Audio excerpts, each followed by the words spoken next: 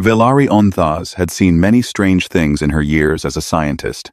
She had touched the surface of a frozen moon with her bare hands. She had catalogued creatures that had no eyes, no sound, and no fear. She had once stood at the edge of a gas giant's upper atmosphere and watched lightning move in slow, golden rivers below her feet. But of all the strange things she had encountered in her life, nothing confused her quite as much as her husband. His name was James Calloway. He was human, and on most days, he seemed like the least threatening living thing on the entire ship. The CSS Unbroken Meridian was a deep space survey vessel, long and gray and built for function rather than beauty. It carried a crew of 41, mostly Thessari, like Velari, but also a few Dorani, one very quiet Mavrith engineer, and James. The ship had been sailing through the outer Kelvari expanse for nearly 9 months now, mapping star systems that had never been mapped, collecting data that no one had ever collected. It was important work. Slow work. The kind of work that gave a person a lot of time to think. Velari spent a lot of that time thinking about James.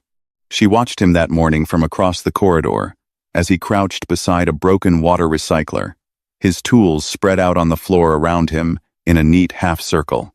He was humming something, a low, tuneless sound that he made without seeming to notice he was making it. His hands moved carefully over the machine's inner parts. He had a small smear of grease on his cheek. His dark hair was slightly too long and fell across his forehead when he leaned in close to look at something. He looked up at her and smiled. "Morning," he said. "There's a cracked pressure valve in here. Should be fixed in about an hour. You were supposed to be off duty this morning," Velari said. He shrugged. "Dren mentioned the recycler was making a noise last night. I figured I'd take a look before breakfast." Velari said nothing. She watched him turn back to his work, still humming, completely unbothered. That was the thing about James. He was always doing something like this, fixing something that was not his responsibility, helping someone who had not asked for help, noticing small problems before they became large ones. He did it quietly, and without any expectation of thanks. By Thessari standards, this behavior was difficult to understand. Thessari were a tall, strong people.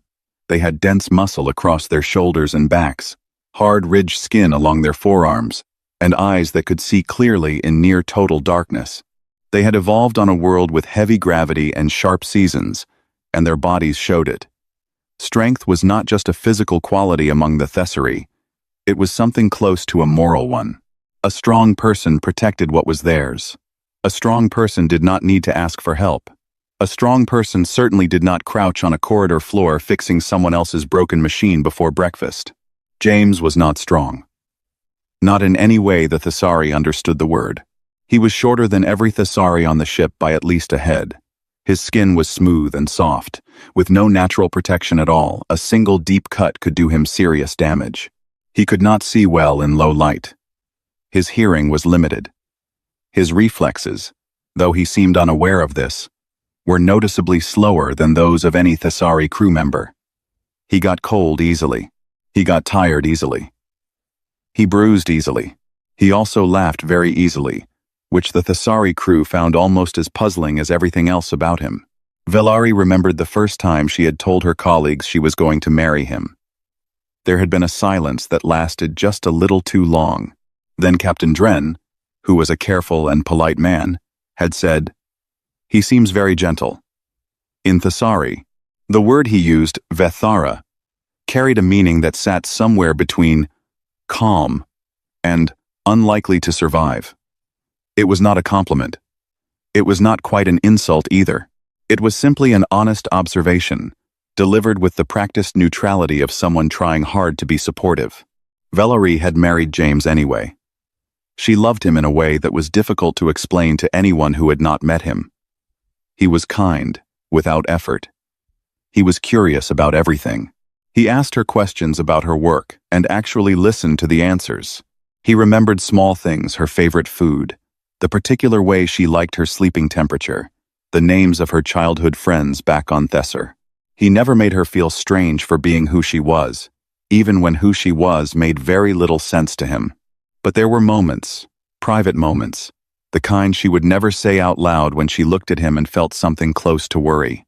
She watched him now as he finished the water recycler and began packing his tools back into their case, each one placed in exactly the right spot. A young Thesari crew member named Torva walked past, and James held up a small metal component. "Hey," James said. "Tell Dren the pressure coupling on Recycler 7 was cracked." "I replaced it, but he should know." Torva looked at the component, then at James, then at Velari. There was a brief expression on Torva's face, the particular expression of someone looking at a very small animal doing something unexpectedly useful. And then Torva took the component and moved on. James stood up, stretched, and rolled his shoulders. "Breakfast?" he said to Velari. "Yes," she said. They walked together to the crew mess. James got himself a tray of food, and immediately gave the dessert portion to a Dorani crew member who had mentioned, 2 days ago, that she enjoyed that particular flavor. The Dorani looked surprised. James grinned and sat down and started talking about something he had read in the ship's database the night before, something about the gravitational behavior of binary stars. Velari ate and listened and watched him. She watched the easy way he talked, the way he made the Dorani crew member laugh, the way he turned in his seat to answer a question from someone 3 tables away, as if he had known them his whole life. She thought about what she had written in her private log the night before. "He is everything to me. I would not trade him for anything. But when I look at him beside these people, beside any of these people, I see how fragile he is. He does not seem to notice it himself. Perhaps that is the most human thing about him. He lives in this dangerous universe as if it does not apply to him." She had paused for a long time after writing that. Then she had added one more line. "I love him. I only wish he were stronger." She closed her eyes briefly, sitting across from him in the bright mess hall, listening to him laugh at something the Dorani had said. He reached across the table and touched Velari's hand without looking at her, a small, absent gesture, the kind that meant nothing and everything at once. She turned her hand over and held his. Outside the wide observation windows, the Kelvari expanse stretched on forever, dark and cold, and full of things that had never been named. Velari told herself that everything was fine. She told herself that every morning. The alarm came at night. Not the soft chime that signaled a course correction or a routine system check. This was the hard alarm, the one that lived in the walls and came out like a living thing, low and pulsing and impossible to sleep through. Red light flooded every corridor on the CSS Unbroken Meridian, turning the familiar gray hallways into something that felt like the inside of a wound. Velari was on her feet before she was fully awake. James was already sitting up beside her, his eyes open, his face completely still. He was listening. She had noticed that about him before when something startled a Thesari. They moved first and thought second. When something startled James, he went very quiet for just a moment, like an animal that had heard a sound in the dark and was deciding exactly what it meant. "That's the breach alarm," he said. His voice was calm. Not the calm of someone who was not afraid. The calm of someone who had heard this sound before, not on this ship, but somewhere deep in their memory, in the old part of the brain that kept records of things that could kill you. Velari was already pulling on her uniform. "Battle stations. Move." The corridor outside their quarters was chaos. Crew members ran in both directions, some still fastening their gear, some already carrying weapons. The red light made everyone look like strangers. Velari could hear Captain Dren's voice over the ship's comm system, steady, clipped, giving orders in the precise, flat tone of a man who had been in emergencies before and had decided a long time ago that panic was a waste of time. "All crew to battle stations. Unregistered vessel has locked onto our port side. Breach pods confirmed. This is not a drill." Velari stopped moving. Breach pods. There was only one kind of ship that used breach pods. "Vreth," said someone nearby, in a voice that was barely a whisper. The word moved through the corridor like a cold wind. She watched crew members who had been running suddenly move faster, not out of discipline, but out of fear. The Vreth were not pirates. Pirates wanted cargo, wanted credits, wanted things you could negotiate over. The Vreth wanted something that could not be negotiated. They came to harvest. Biological material, mostly crew members processed into components for a dozen different industrial uses that Velari had read about once and tried very hard to forget. They did not take prisoners. They did not leave survivors. They came, they took what they needed, and they left. Every species in known space was afraid of the Vreth. The only argument anyone had ever had about them was whether it was smarter to fight or to run. Running was rarely an option once the grapples were locked. The ship shuddered. The sound that followed was not an explosion, it was worse than an explosion. It was a tearing sound. The long metallic groan of hull being pulled apart at a breach point. Then another sound, lower and rhythmic, like something heavy walking in a place that was not built for walking. "They're inside," Valari said. She turned to find James. He was not behind her.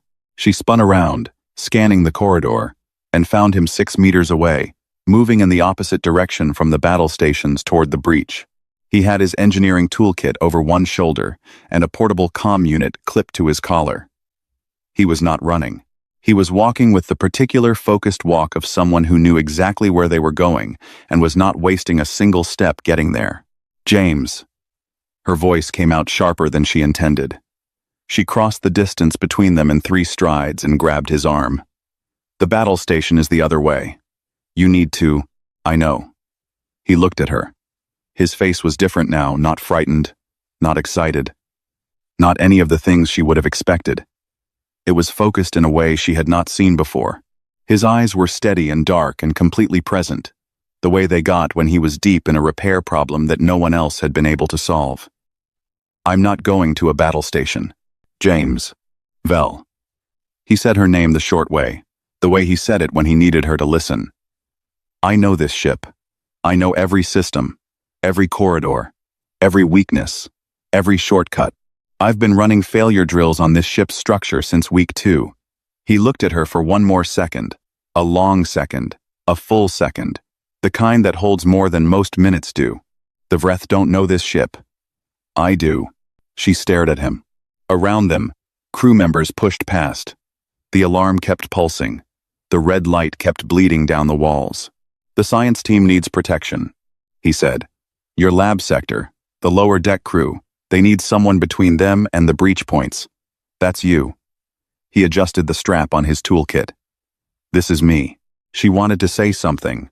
She wanted to tell him that he was soft-skinned and slow-reflexed, and that whatever he was planning to do alone in the maintenance corridors of a ship being boarded by Vreth harvesters was going to get him killed in a way that she would never recover from. She wanted to say all of that. Instead, she grabbed the front of his collar and pulled him close, and pressed her forehead against his the Thesari gesture for, "Come back, come back, come back," and held it for exactly 1 breath. He put his hand over hers, squeezed once. Then he was gone, moving down a side corridor, ducking through a maintenance hatch that she had walked past 100 times without ever thinking about what was on the other side. She stood there for 1 second longer than she should have. Then she turned and ran toward the science deck. The next several hours were the longest of her life. She organized the science team into the most defensible room on the lower deck. A sealed specimen storage lab with 2-inch walls and a lockable interior hatch. She armed the 3 crew members who had weapons training. She kept the others low and quiet. She listened to the sounds of the ship, and the sounds of the ship were strange. She had expected to hear fighting the crack of weapons, the heavy footfalls of Vreth hunters moving through corridors, the sounds that a boarding action was supposed to make. She heard some of that. She heard Thesari warriors engaging at the main breach points, heard the comm traffic from Captain Dren become tight and urgent. She heard 2 explosions, distant and muffled. But she also heard other things. She heard doors sealing not the normal doors, but the heavy internal bulkheads, the ones that were only supposed to close in a total hull failure. She heard pressure changes, small ones, localized, the kind that happened when atmosphere was being redirected through secondary systems. She heard the low hum of the ship's repair drone bay activating, which made no sense, because no one had authorized a drone deployment. She heard the ship changing. She pressed her ear to the cold wall of the specimen lab and listened to the unbroken meridian becoming something different, not damaged, not breaking, but rearranging itself, shifting its own layout in ways that served a purpose she could not quite understand. Then she understood. James was not running through the ship. He was playing it. She opened her comm unit. "James," she said quietly. "James, are you..." Static. Then, faint and slightly breathless. Still here. Busy. Love you. The comm cut out. Velari sat with her back against the cold wall of the sealed lab, her weapon in her hands, and listened to her husband do something she had no words for yet. Outside, in the red-lit corridors of the unbroken Meridian, the Vreth were discovering that the ship they had boarded was not the ship they thought it was. Much of what James Calloway did that night was only understood afterward, when the ship's logs were pulled and the crew sat together in silence and watched what had happened in corridors where none of them had been standing. At the time, Velari only heard pieces of its sounds through walls, fragments on the comm, the ship moving around her in ways that felt purposeful and strange. But later, when she reviewed the full record, she understood the shape of what her husband had done. She understood it the way you understand a painting only when you step back far enough to see the whole thing. It began at Junction 4, North, 7 minutes after James disappeared into the maintenance hatch. The Vreth breach pod had torn open a section of the port corridor near the crew quarters. 3 Vreth hunters had come through the first breach, large, armored things, moving fast and quiet on 6 limbs, their pale, scanning eyes sweeping the corridor in slow arcs. They were experienced boarders. They had done this many times. They knew how crew members panicked, where they hid, how long it took a frightened being to make a decision. What they did not know was that the corridor they were walking down was no longer connected to the rest of the ship in the way it had been 60 seconds ago. James had sealed the forward bulkhead from a panel inside maintenance shaft 4C, which ran parallel to the main corridor like a shadow. He had sealed the rear bulkhead 2 seconds later. The 3 Vreth hunters were now standing in a section of corridor that was, in every meaningful sense, a box. They did not realize this immediately. They moved to the forward bulkhead and found it locked. They turned to the rear and found that one locked too. They had weapons that could cut through most materials, but cutting through a reinforced internal bulkhead took time, and James, watching through the maintenance shaft's diagnostic screen, was already moving to the next problem. The second Vreth party had come through a different breach, lower on the ship, near the engineering section. There were 4 of them, and they were moving with the kind of speed and coordination that came from doing the same thing many times. They split at the first junction, 2 going left, 2 going right, the way a hunting party moves when it knows the layout of a space. Except the layout had changed. James had rerouted corridor access through the ship's tertiary control nodes, closing 3 junctions that should have been open and opening one that was almost never used, a service passage so narrow that Vreth, with their wide armored bodies, would have to move through it single file. A Vreth moving single file could not flank, could not surround, could not do any of the things that made Vreth boarding parties so dangerous. He also vented a small amount of the atmosphere from that service passage, not enough to suffocate anyone quickly, but enough to drop the oxygen to a level where their movements would become slower and their coordination slightly dulled. Their suits could compensate, but compensating took a moment, and a moment was all a ship needed. 2 of the 4 were rerouted directly into a section where Thessari warriors were waiting. Captain Dren later said he had no idea why the Vreth appeared exactly where they did, at exactly that moment, in exactly that configuration. He said it felt like something had dropped them there. It had. The third problem was the worst one. A Vreth hunter, a larger one, a unit type that served as a party leader, had broken away from the main groups and was moving through the ship's secondary corridors with a kind of quiet intelligence that was different from the others. It was not rushing. It was reading the ship, touching walls, looking at junctions, learning the layout the way a careful predator learns new ground. It was going to figure out the patterns. Given enough time, it was going to find the maintenance shafts.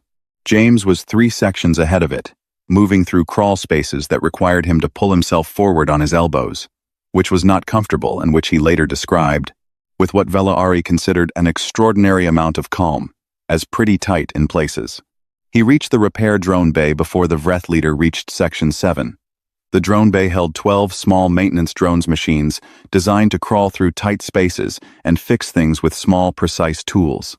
They were not weapons. They were not fast. They were not impressive in any way that the word impressive usually applied to things. James spent 4 minutes reprogramming 6 of them. He sent them into the corridors ahead of the Vreth leader, not to attack, but to obstruct. The drones moved into the Vreth leader's path at junction after junction, not blocking it completely but slowing it, forcing it to stop and assess, costing it seconds that added up into minutes.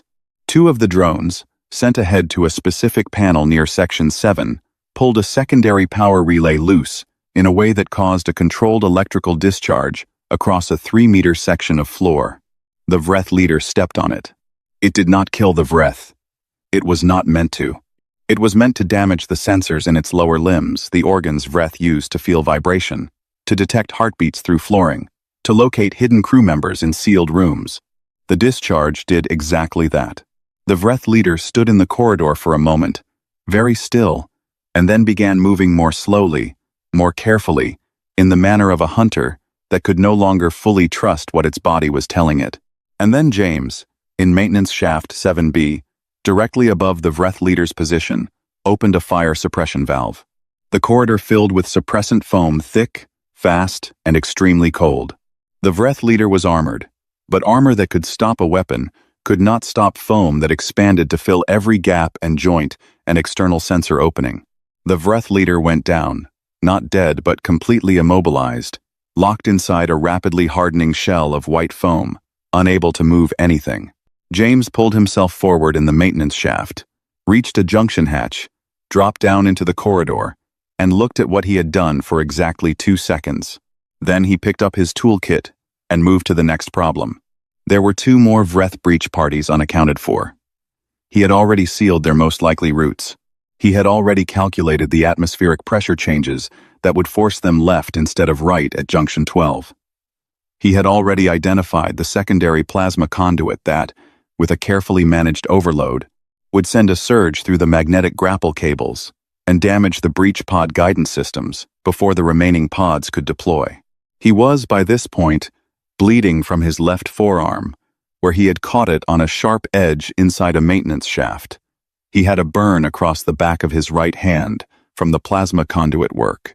One of his eyes was starting to swell from a collision with a low bulkhead in the dark. He was also, according to the audio record in his comm unit, still humming. The same tuneless, quiet sound he made when he was fixing a water recycler before breakfast. Valari, sitting in the sealed specimen lab with her back against the wall, heard none of this. She heard only the ship, the sounds of it shifting, changing, working. She heard the distant sounds of Thessari warriors engaging Vreth parties that arrived disoriented and reduced and separated, cut off from their coordination, stripped of their advantages one by one. She heard the ship become something it had not been designed to be. She held her weapon and she listened. And somewhere in the cold maintenance shafts of the CSS Unbroken Meridian, her husband hummed softly to himself and took apart the worst thing in the known galaxy with a toolkit and 4 months of quiet, private planning. The Vreth ship disengaged at 0347 ship time. It pulled away slowly, not in the fast, decisive way it had arrived, but in the slow and uncertain way of something that had reached into a place expecting food and had found something it did not have a name for. The magnetic grapples released. The remaining breach pod tubes, their guidance systems burned out by the plasma conduit surge, detached uselessly and drifted. The long black shape of the Harvester Claw ship turned in the dark and moved away without making a sound. The alarm stopped. The red light faded. The CSS Unbroken Meridian sat in silence for a moment, the way a person sits after a very long run, not still, but recovering, the sound of its own systems slowly returning to something like normal. There were sections of corridor that would need full repair. There were breach points that had to be sealed. There were 4 Vreth hunters in various states of incapacitation, locked in different parts of the ship, which was going to create a significant amount of paperwork. But the crew was alive. All 41 of them. Valari had come out of the specimen lab the moment Dren's voice came over the comm, telling the crew to stand down. She had walked quickly through corridors that smelled of suppressant foam and burned metal, and something else, something sharp and animal that she recognized. After a moment, as the smell of Vreth, she had stepped over debris and past Thessari warriors who were standing in small groups, weapons still in hand, talking in the low voices of people who were still processing what had just happened. She was looking for James. She found him at Junction 7. He was sitting on the floor with his back against the wall, His legs stretched out in front of him, his toolkit beside him. He was looking at the ceiling. The corridor around him was a mess foam residue on every surface, scorch marks on the floor near the access panel he had used, a long crack in the wall where the electrical discharge had left its mark. The Vreth leader, still locked in its shell of hardened foam, was propped against the opposite wall like a strange piece of furniture. James looked terrible. There were burns on his hand and forearm. One eye was swollen nearly shut. He had a gash along his left arm that had been sealed with emergency foam, not the suppressant kind, the medical kind, which meant he had found a first aid kit somewhere and used it on himself, without stopping whatever he was doing. His uniform was torn in two places, dark with grease, and something that might have been blood. His hair was even more disordered than usual.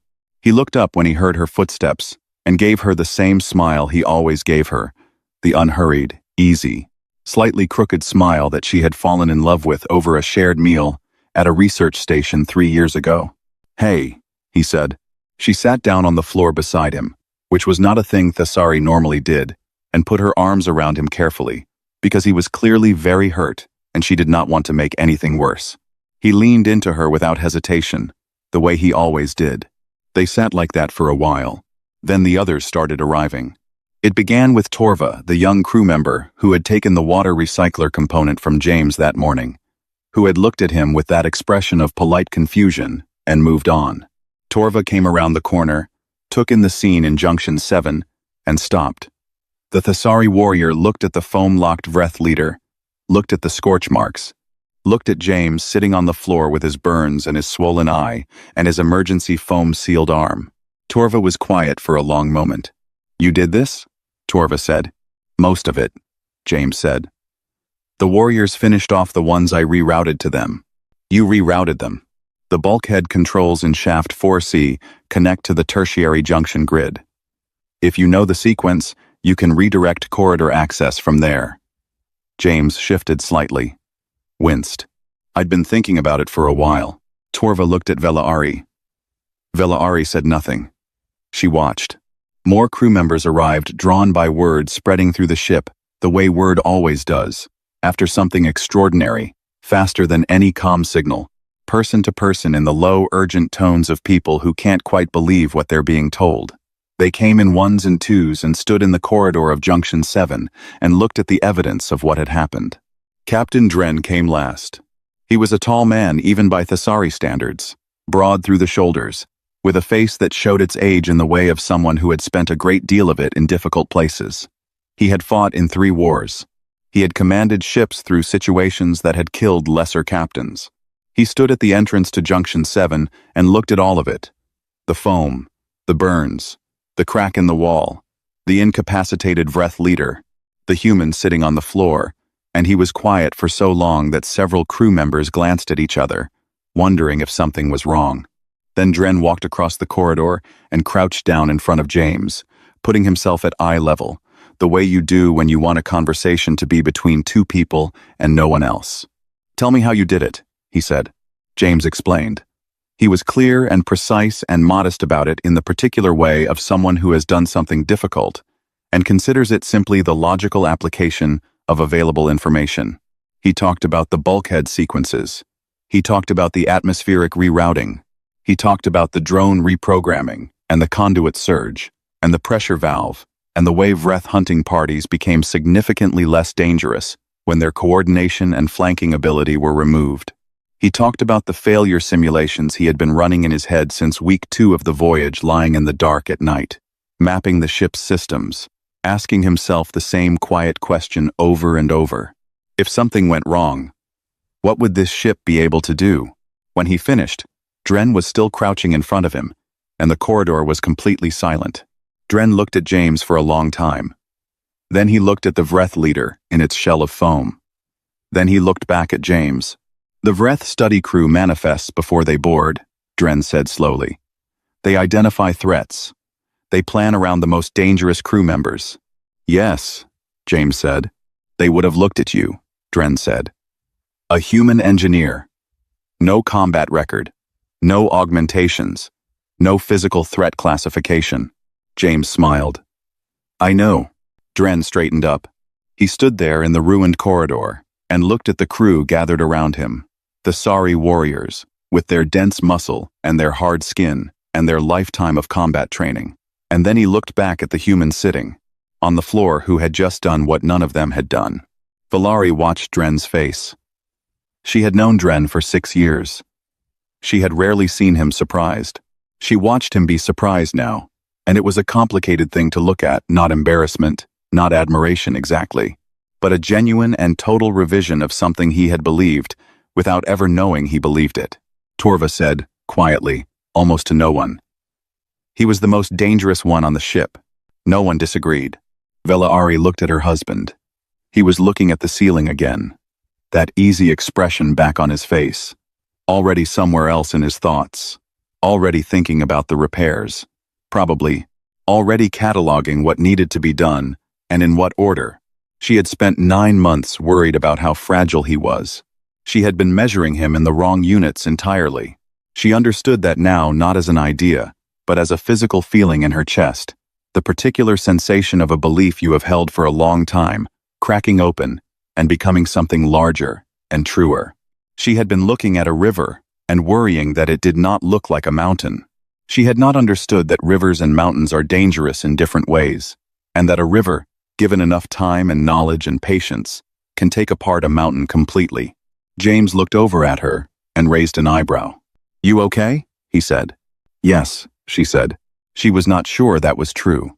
But she was sure of something else, something she had not been sure of that morning, when she had sat in the bright mess hall holding his hand and telling herself everything was fine. She was sure, now, that everything actually was. The medbay on the CSS Unbroken Meridian was a small room with white walls and lights that were slightly too bright.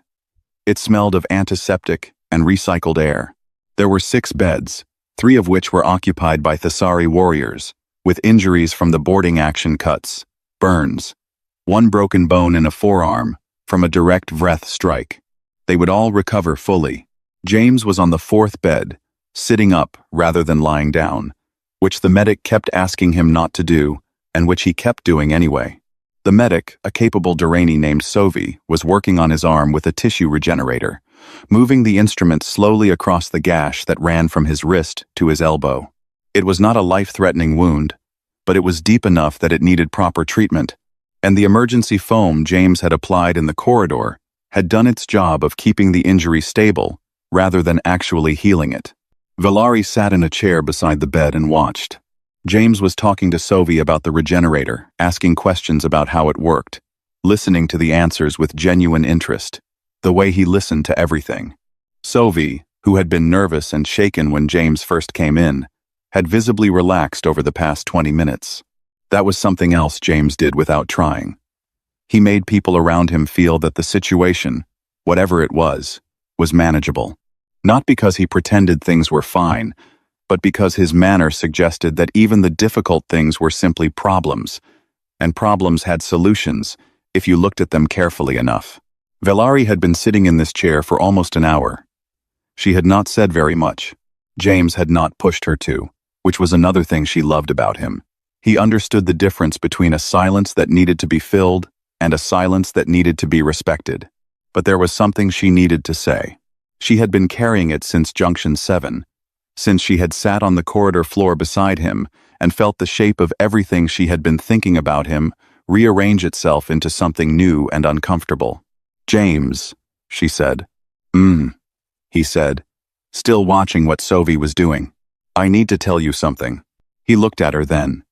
The medic glanced up briefly, then looked back down at the regenerator with the professional discretion of someone who has learned when to become very interested in their work.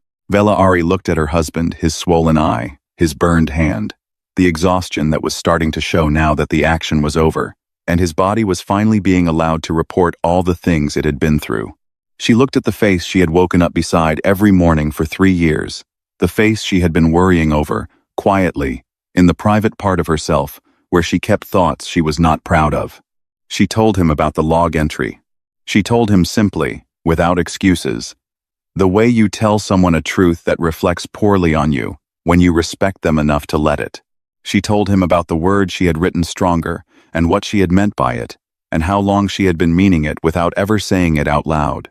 She told him about what Captain Dren had said when she announced the marriage. She told him about the way she had been looking at him, at his soft skin, and his slow reflexes, and his small, quiet body, and quietly, privately, without ever wanting to, measuring him against the Sari, and finding him insufficient. When she finished, the medbay was very quiet. James was looking at her with an expression she could not immediately read. Not hurt, not angry. Something more careful than either of those things. I know, he said. She blinked. You know? Not the specific words, but the feeling behind them. He shifted on the bed, adjusted his arm so Sophie could reach a different section. Every species does it, Vel. It's not personal. You look at a human, and you see all the things that aren't there. The armor, the speed, the strength. Whatever your species has that we don't, and you fill the space with conclusions. He paused. Humans do it too, with other species. Everyone has a version of that story. That does not make it right, she said. No, he agreed. It doesn't, but it makes it understandable. He looked at her steadily. You didn't act on it. You loved me anyway. You married me anyway.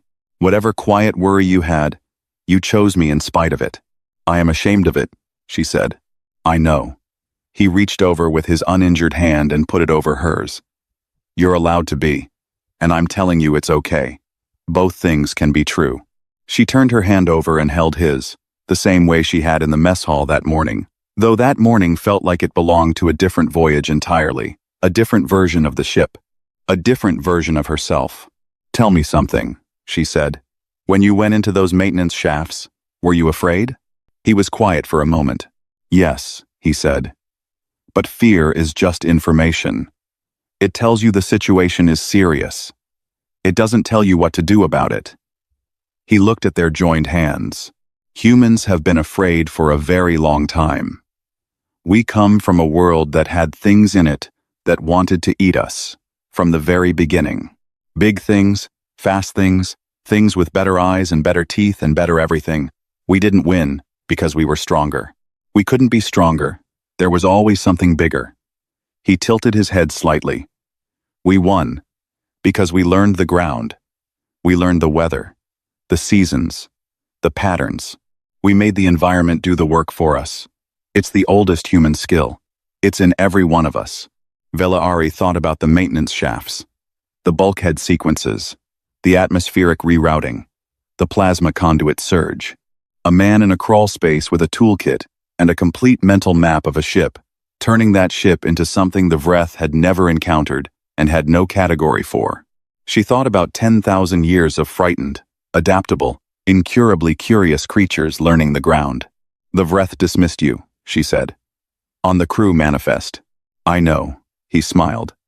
They saw a human engineer with no combat record and moved on to the next entry. That's the thing about being underestimated. It only hurts until it helps. She looked at him for a long time. There were things she wanted to say, large things, important things about what she had learned tonight and what she intended to carry forward from it. But she found that the things she wanted to say were too big for the bright small medbay with its antiseptic smell and its slightly too loud lights. They were things that would need to be said over many mornings and many years, slowly, in the ordinary way, that important things are usually said between two people who intend to keep choosing each other. So she said only, I am glad you are here. Me too, he said. Sophie declared the arm done, applied a final regenerative patch, and asked James, one more time, to please lie down.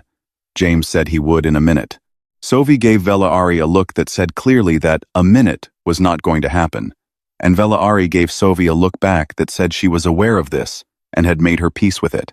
Later that night, after James had finally under significant pressure agreed to sleep, Velari sat in the corridor outside the medbay and opened her personal log. She thought for a while before she wrote anything. Then she began.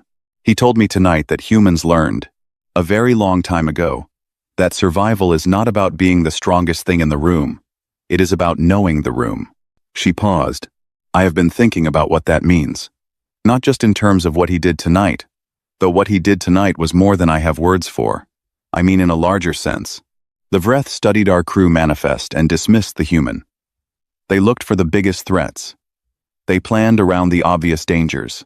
They never considered that the most dangerous thing on the ship might be the one that had spent 4 months learning every weakness in its structure, every alternative route, every system that could be turned from its original purpose into something else entirely.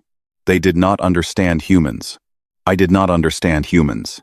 I have shared a bed with one for 3 years, and I did not understand them. She stopped. Read back what she had written, then added, James is not weak. He is human. I understand now that these are not similar things. They are, in every meaningful sense, opposites. Weakness is the absence of capability.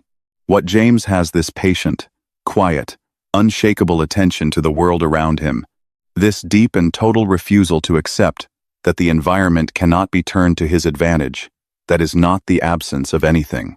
It is one of the most complete kinds of strength I have ever seen. I only wish it had not taken an invasion to make me see it. She closed the log, sat for a moment in the quiet corridor. Through the small window at the end of the hall, the Kelvari expanse stretched on as it always had, dark and cold and enormous and indifferent. The same stars, the same silence. But Velari felt different inside it than she had that morning. She felt, for the first time in 9 months, that she was not worried. Her husband was on this ship. He knew every corridor, every system, every weakness, every way that the environment could be made to serve the people inside it. The universe was still large and dangerous. But she had seen, tonight, what happened to large and dangerous things when they reached for a human who had already decided what to do about them. She stood up, went back into the medbay, pulled a chair to the side of James's bed, and sat down beside him. He was asleep. He looked, in sleep, exactly as he always did, quiet and unhurried, completely at rest. The most ordinary-looking person she had ever seen. She smiled. She stayed there until morning.